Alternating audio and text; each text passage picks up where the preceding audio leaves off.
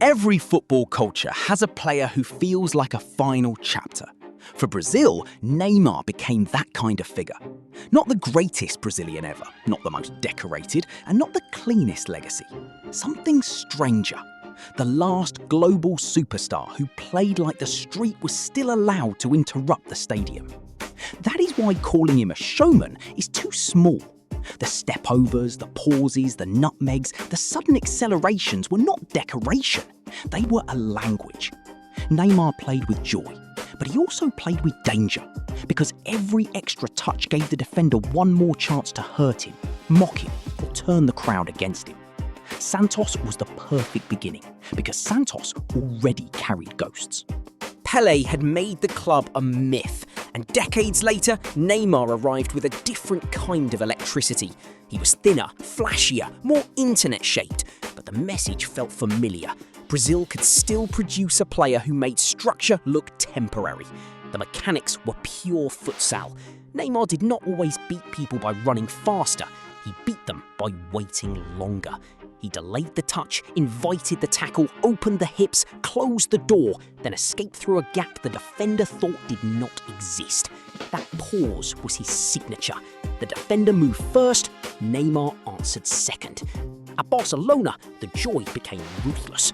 Playing beside Lionel Messi and Luis Suarez forced Neymar to become sharper, faster, less theatrical when the moment demanded it. The tricks were still there, but now they lived inside a machine. On the left side, he was not a luxury item. He was the blade that made the whole attack unpredictable. Berlin in 2015 is the cleanest proof. Barcelona had already bent Europe to its rhythm, but Neymar scoring the final goal of the Champions League final gave the season its punctuation mark. Not because it was his greatest goal, but because it showed what he had become. An artist who could still finish the sentence like a killer. Then came the Brazil shirt, and everything changed white. For club football, Neymar could be part of an attack. For Brazil, he became the mood of the country. Every dribble was a promise. Every injury was a national crisis. Every tournament without the trophy made the number 10 feel less like freedom and more like a trial. Passing Pelé as Brazil's all-time top scorer should have settled more arguments than it did. Instead, it revealed the problem with Neymar's legacy. Numbers can prove greatness, but they cannot force people to forgive the feeling that something was left unfinished. With Neymar, the record is real, and somehow the question still survives. Paris made that question louder. The world record move was supposed to give Neymar his own kingdom, away from Messi's shadow and Barcelona's triangle. But the price tag became a second opponent. Every touch was judged against €222 million. Every absence sounded bigger. Every Champions League night became a referendum. The injuries are not a side note. They are part of the rhythm of the story. Neymar's gift depended on touch, timing, courage, and repeated contact. That kind of player lives near the foul. When the body kept breaking, football did not only lose games from him, it lost continuity, the one thing a legacy needs most. He was also misread, sometimes fairly, often lazily. People saw the falls, the arguments, the theatre, and missed the deeper truth. Neymar's game required provocation. To play like that is to embarrass defenders in public. Some opponents responded with fouls.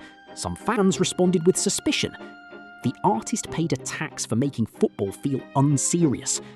That is why the return to Santos felt symbolic, even before the football could answer anything. The circle closed where it began.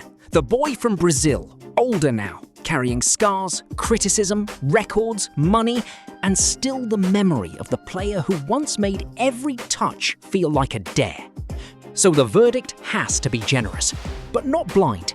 Neymar is one of the greatest Brazilian players of his generation, and one of football's last true entertainers at superstar level.